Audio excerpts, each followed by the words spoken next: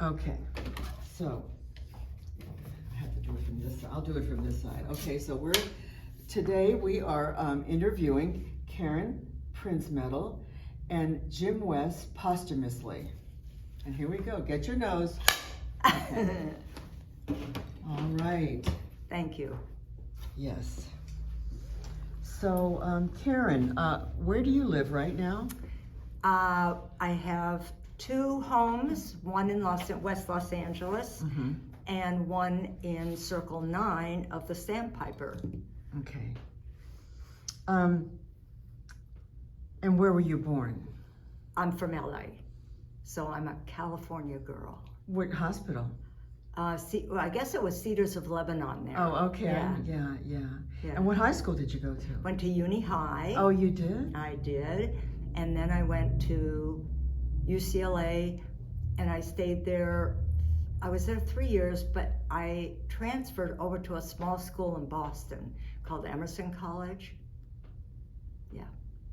It's a good college. It was very good, and it was known for its theater. Right. Yeah. So you graduated Emerson? Yeah. Let's see. Tell me about your immediate family members, or if you want to. Sure.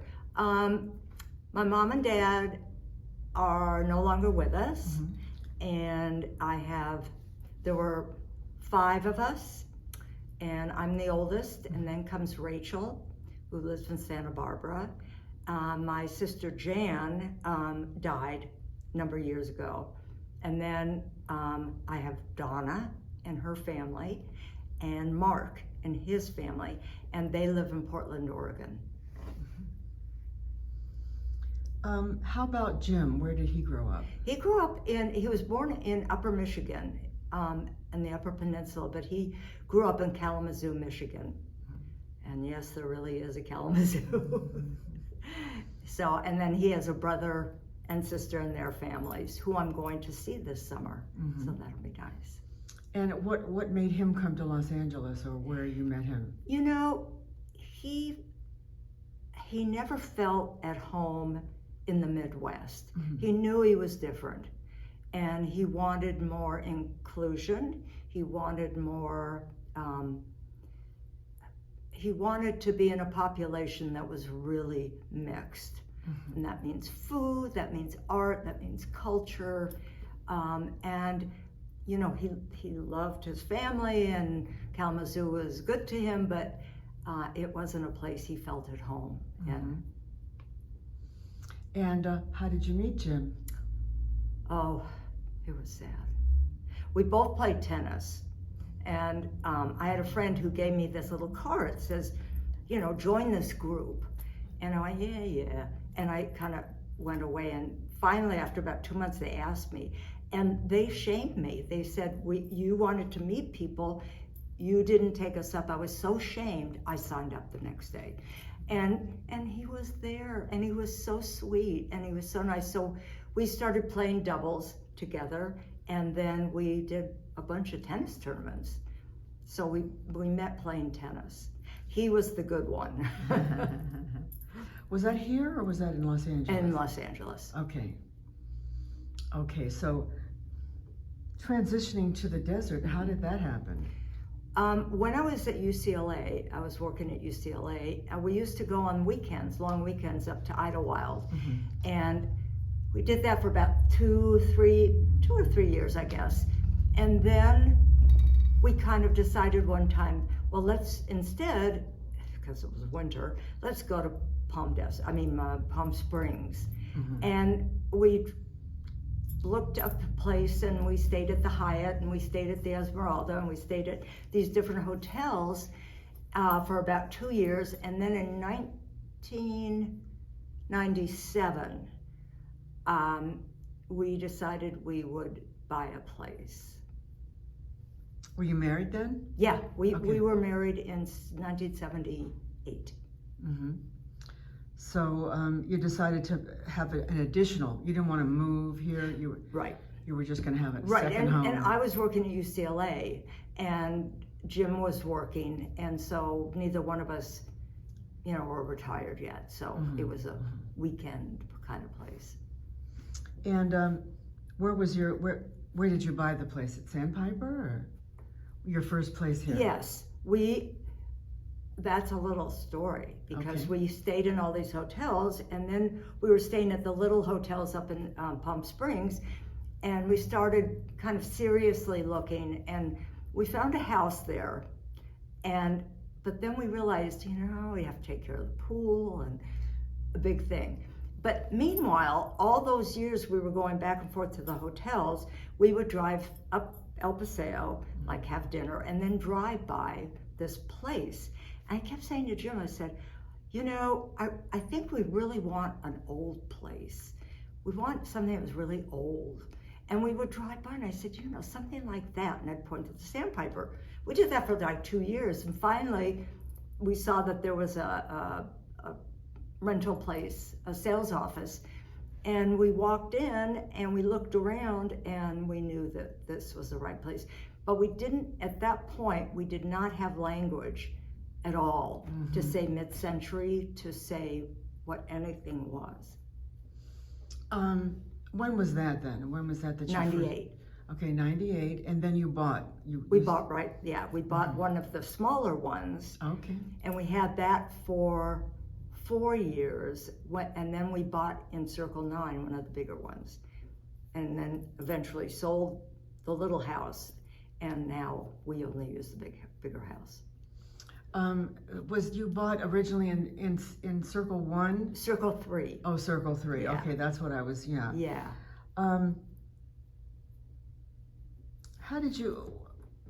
What did you know about mid-century then? Or Well, I grew up in a mid-century house. Again, no language, but this is what we had, and it was by a case study architect, but it was not a case study house. It was built in 42. My dad built it, but it was what we had. It's what I had, and I used to play at the Brody house, which was across the park, and I used to play with their daughter. And I would go into their house, and I was like 6, 7, and my jaw would drop. It was the most beautiful house. And my mom would tell me, she said, that is one of the beautiful houses in Los Angeles. And she said, and I love it too, but we had Bill Haynes before they did, or something. But that's what I knew. And it was interesting because my friends lived in little Spanish houses in West LA, and I was uncomfortable with that. I didn't know that. So when we moved to the Sandpiper, we knew that there was architecture going on. We kind of started reading about mid-century architecture, and we joined ModCom in Palm Springs in 1999, and it had just started. So we were part of the original group there. And Jim, bless his heart, he started talking every meeting about Palm Desert, about the Sandpiper. And in 2002, we met Bill Kreisel, and that's when we realized it's the architect. It's not the Alexanders. It's not Bill Kemp. And before that time, everybody in Palm Springs said, I've got an Alexander. It's written on the wood. I have an Alexander. They never mentioned Bill Kreisel. And I will say that Jim helped push the architect in everybody's face sometimes, but we didn't let it go. And then we started realizing that this was, a typical, beautiful mid-century architecture, which was similar to my house in some respects. I mean, flat roof, open windows to everything, inside, outside, and that was my history of it. Was he was advocating for basically he was the only kind of person down in Palm Desert that was advocating in ModCom? Jim? Yeah, Yeah. Jim. Yeah. So people didn't care. Yeah. And I don't mean that in really a horrible negative way, But Palm Springs was just beginning to come out of its slump. And it was so important. And they had the first Albert Frey gas station that was nominated. And that was where the emphasis was, the museum. Everything was Palm Springs, but we didn't live in Palm Springs. And we looked around and we said, well, the Sandpiper is important, and we have an architect that's important. And then we started on every meeting. I think we had a meeting once a month, and Courtney Newman would host it at his stores as he would move around. And Jim, every meeting would say, I'd like to talk about Palm Desert. I'd like to talk about the Sandpiper. I'd like to talk about Bill Kreisel. And after a couple of months, he was on, the list of things to talk about.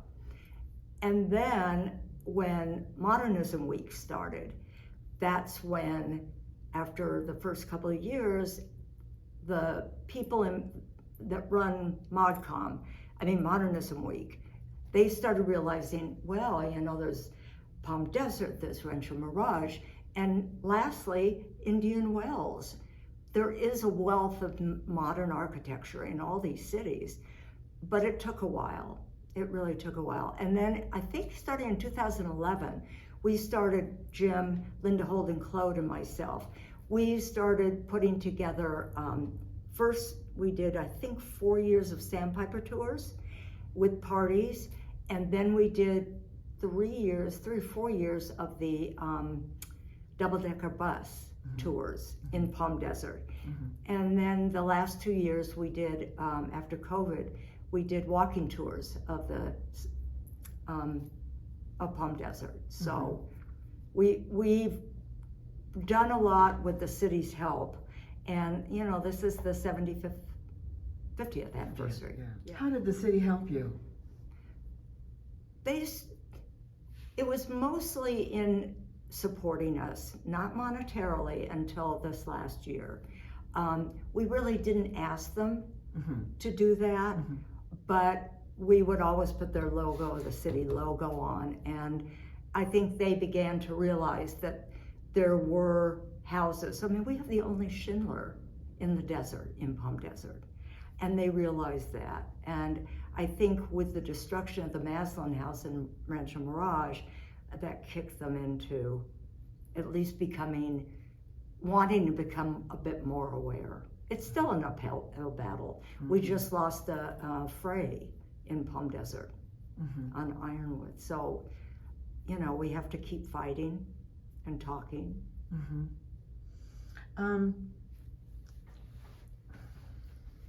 So what was, so your passion for architecture began, you already knew it in your gut that this was something you liked, but you didn't know why. I didn't know why, I didn't know what it was. Nobody else had a house like that except the Brodies, and I just didn't know. When you bought in Circle 1. 3.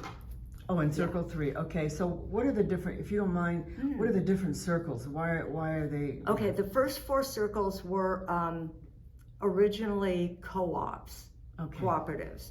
And then, and Bill Kreisel did those. And then, after that, one of the contractors and the builders bought the rest of the land over. And at that point, the first 4 circles, they're mostly wood.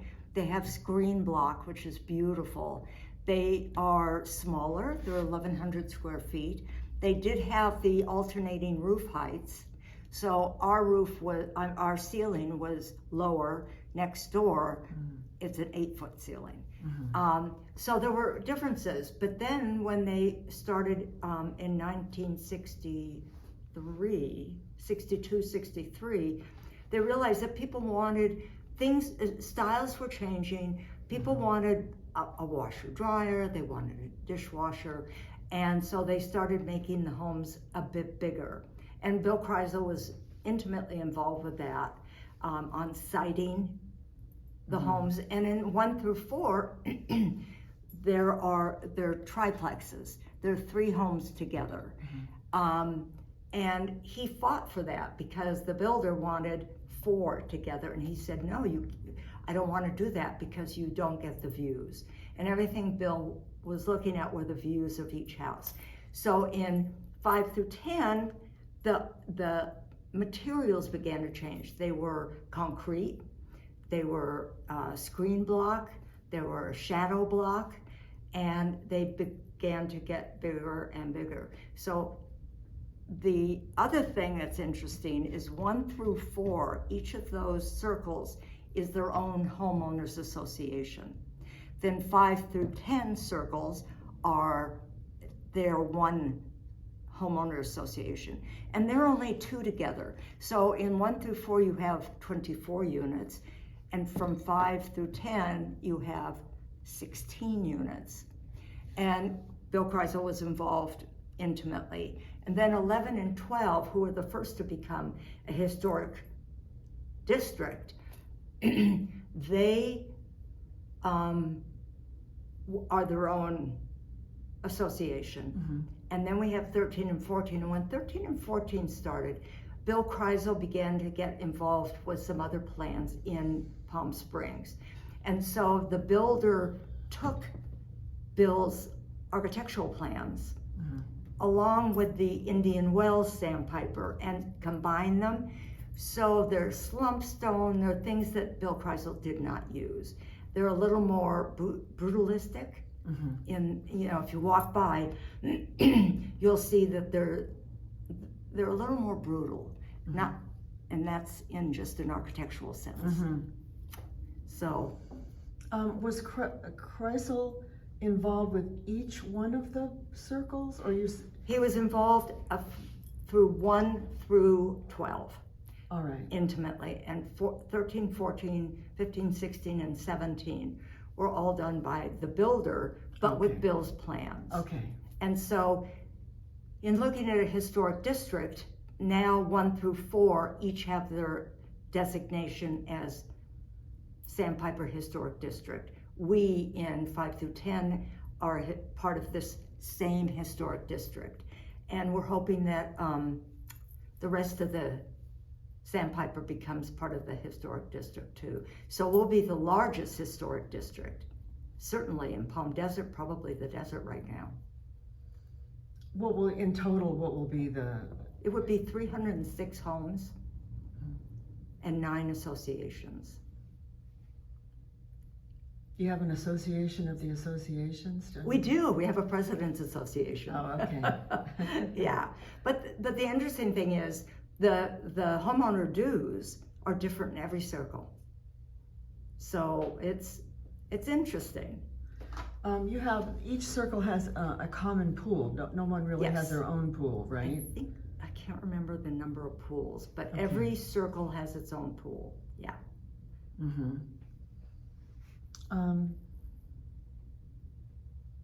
What was this idea about the lost Kreisel? What is that? Well, Jim and I would walk everywhere up on the back hills of Palm Desert above El Paseo. And we would walk by, we loved Fiddle Neck, the road, and we just loved the homes there. We'd walk by this house that was shrouded in plants and bougainvillea, and Jim kept saying, doesn't it look like a Kreisel to you? And I said, yes. And we walked by, and then Jim, who used to go up and visit Bill in his studio in Brentwood, one day went up and he said, you're not gonna believe this, but I think we found a house of yours. And Bill said, yeah, I remember the plans. I did it for Bill Kemp.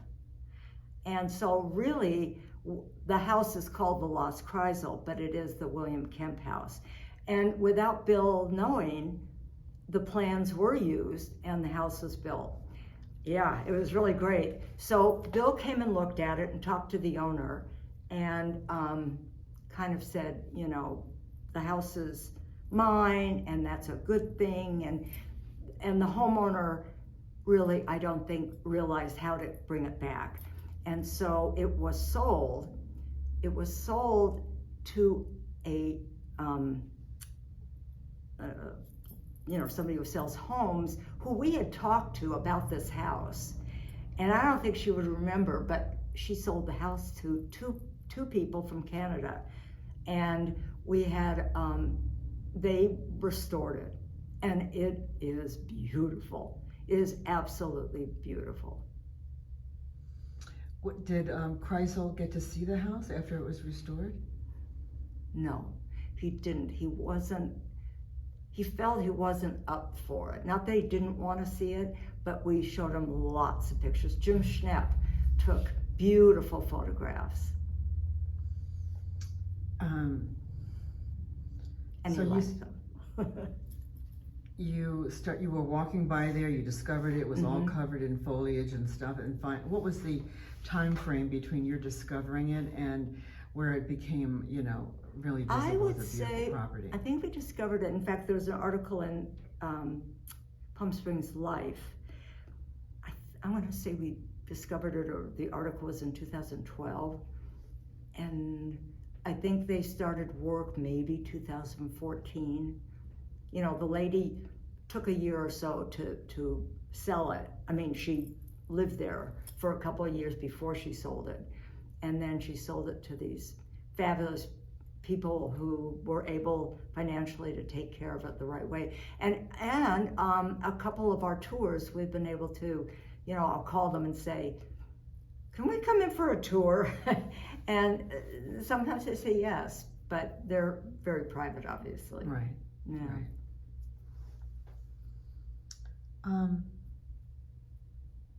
What would you say, how would you describe the main features, the main architectural features in Sandpiper? There are different ones in different, you mentioned a little bit. Right. And circles 1 through 4, which were built in 1958-59, they're mostly wood with screen block. 5 through 10, actually 5 through 12, are more concrete, bigger windows. They all, 1 through 14, all have clerestory windows, all sliding glass doors.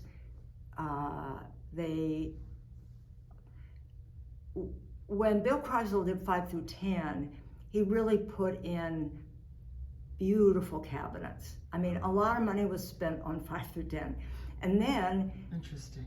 11 and 12, it sounds like such a minor thing, and it is.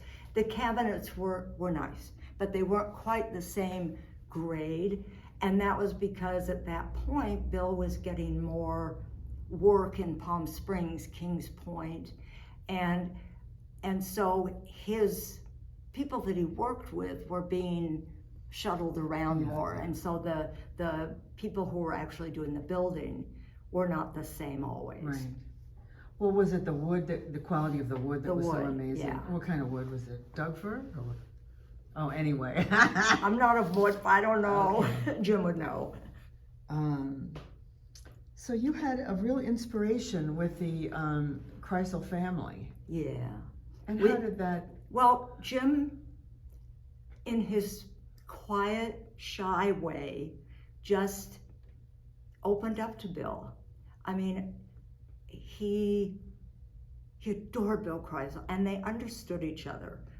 They were so much on the same wavelength that even though Bill in the beginning, was sort of sometimes a curmudgeon, but they just spoke the same language, and that made a big difference. And so I got to know Corinne Kreisel, and we talked together and saw each other until she became more housebound due to her declining health. But we would talk at least every other week on the phone until she died. In fact, I got to have one of the last conversations with her, and the wonderful thing it meant, and she did it because she knew how much it would mean to me. She spent the whole conversation, as hard as it was for her to talk, talking about Jim and what he did for Bill. Now, is that not kind? Is that not loving? So, and then I got to know Bill Kreisel Jr., who has bought a Sandpiper, And he and his wife, who live in Paris, they come every Christmas, and they stay for a couple months. And they're in the process of making their sandpiper in Circle 8 their home, and it's changing beautifully. Do they, by restoring it, how would they make it? Just furniture. Oh, okay. Getting rid of the carpet and, doing that kind of thing, not changing anything. I mean, the homes are built, you don't need to change things. And what Jim always said is, no matter what it's like, live in it for about a year. Because, get rid of the furniture if you don't want it, but don't change walls, don't make a kitchen grand in a small house. Live with it. And I believe, and Jim believed, that in good architecture, which Bill made, good architecture stands for itself. And in most cases, you don't have to change to love your space. And sometimes you do. I mean, there are issues today that there weren't back in 1967 and 66. So you have to kind of understand how we live now. But pretty much, I mean, our house in 9, we haven't changed a thing. We have the same bathrooms, we have the same sunken tubs, we have the same everything. And it works fine for us. Was that a feature of many of his houses, the sunken tub? Yes. Oh, I think okay. it was I don't know if like 5 and 6 had them, but they might have. And they had them all the way, as far as I know, through 12. And I just don't know through the rest. But truthfully, some people are aging, and so they're changing the showers, and it makes perfect sense. We still have ours, but we have like bars just in case. Same with I think the same with the sunken living rooms too. Oh yeah, I know, and they're really, I mean, you don't have to use a bathtub at a sunken living room. I know people that just keep walking. It's difficult, but they're so beautiful. Oh, I know it. They're so beautiful. Now, how do you differentiate modernism and preservation? I mean, they say preservation in the desert and then modernism in the desert. Are they separate? No, preservation can mean preserving Roman architecture, or it can mean a lot of things. What it means in Palm Springs, and now in our cities east, it means preservation of the mid-century. And one of the interesting things about Palm Springs, when it was in its decline from like 80 through 90 to 98, no builder wanted to come in. They didn't want to do anything because everything was horrible, they thought. And so that is why we still have the banks, we still have the homes, we have all these neighborhoods that are original. And the lucky thing is, in 1998, when Vanity Fair came out, it was all the Vanity Fair article about Palm Springs, and that brought a lot of young people in, buying up these houses in Twin Palms and Las Palmas, in the Sandpiper, but especially in Palm Springs. And they knew enough to say we need to save it, whether they knew preservation, but they learned fast. They learned fast about, we want to preserve this. And I see you were one of the founders of the A&D. I am, Jim and I are, yeah. It's the most beautiful building. It's such a we were so honored to be able to do that. And that is the perfect example of mid-century modern. So, but there's so many examples. The Bank of America in Palm Springs. You look at that and you go, I don't, is that mid-century? But, so many different kinds of buildings, but they all have the same, they still all have the same indoor, outdoor. They aren't closed off. They aren't interior. People wanted to, instead of having a porch in front of the house, They wanted to congregate by a pool. And it was all about community. And that's why in Los Angeles, you had a lot of community startup, like in Brentwood, that were considered socialist. And in LA, in the beginning, you could not get a home loan for a flat roof. They wouldn't give it to you. So, Why is that now? Because they thought it was, first of all, they didn't think it was architecture, Okay. and the socialist aspect of it really threw them off. It was a real, difficult time. We had a lot of problems, the idea of communism and all that.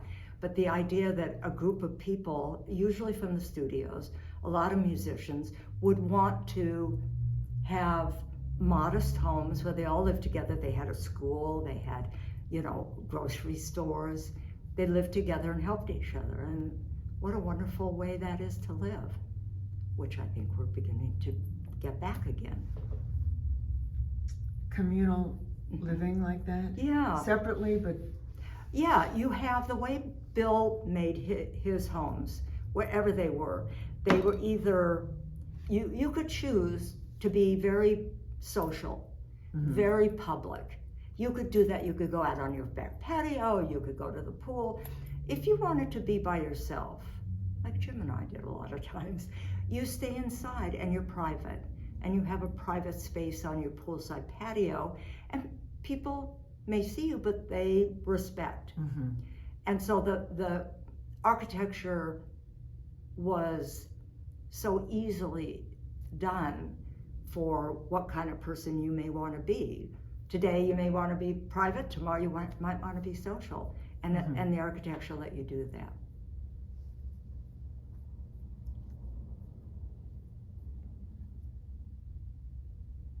What would you say is the fundamental contribution that both you and Jim, or you or Jim separately, made to preservation in the Coachella Valley? I think both of us, but I'm always going to put Jim first because he had a curiosity, and I did too, but he brought it out in me. And I think really the legacy of Jim, and if I can put myself onto that, but so much Jim, is that he recognized a city that had a lot of potential that wasn't already acknowledged, and the architecture within, and he knew that he wanted to make Bill Kreisel well known. And our Modernism Week events, that was what they were all about, to showcase the city, to showcase what we have here. And I think we did a lot in Palm Springs, but I think we really, and I know we did, such a more comprehensive view of what was important in our city, and we want to continue that.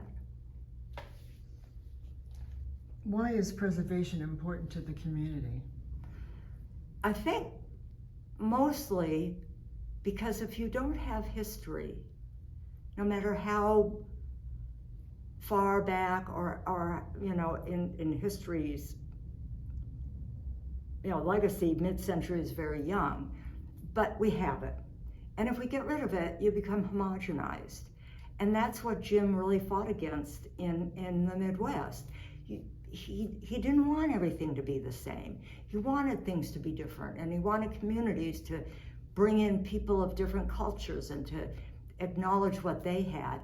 And I think that's really why he and I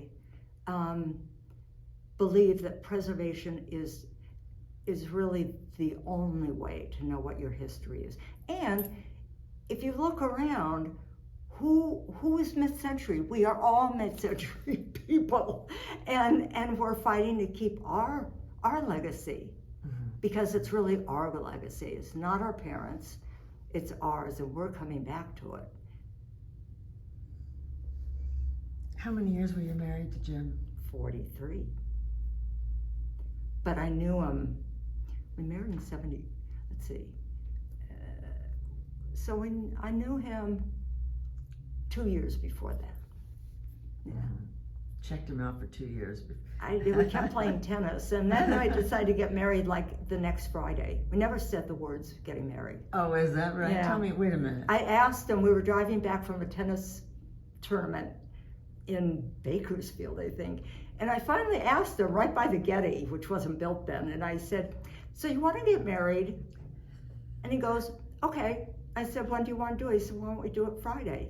That's adorable. Yeah. And So where we was went that? downtown. Oh, okay. And we had this old kind of mean lady who checked us in. And then, I don't know, I mean, we went before, it was great. And then we went to the hotel downtown, the big hotel downtown. Anyway, and we had brunch. And then I went back to work.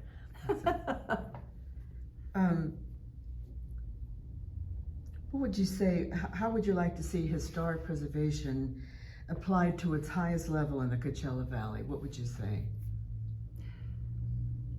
I would say that it's beginning to get there, but it's going to be a long, long road. One of the things that's happening in Palm Springs is there are architecture people like us working with the high schools and grammar schools and eventually College of the Desert, and teaching young kids about architecture. And so every Modernism Week at St. Teresa's Church, they have these children making these beautiful models, architectural models. That's what we need throughout the desert. We need to pass on to the young people why we need to keep working and not losing these buildings, whether they're homes, whether they're famous now or not, but we need to look at them, document them, talk about them, and get city councils to recognize it, I think. Mm-hmm. It's all about education. It's all about education. And people don't know. This Modernism Week, I took a good friend of mine who didn't know anything about architecture and went to the House of Tomorrow. She walked in, she said, I could never live here. And when she found out why the architecture is important and how it's designed, she left and said it's one of my favorite houses I've seen. It's about education.